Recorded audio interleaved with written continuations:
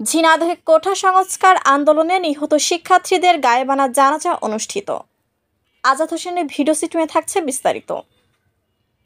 ঝিনাইদহে কোঠা সংস্কার আন্দোলনে নিহত শিক্ষার্থীদের গায়েবানা জানাজার নামাজ অনুষ্ঠিত হয়েছে।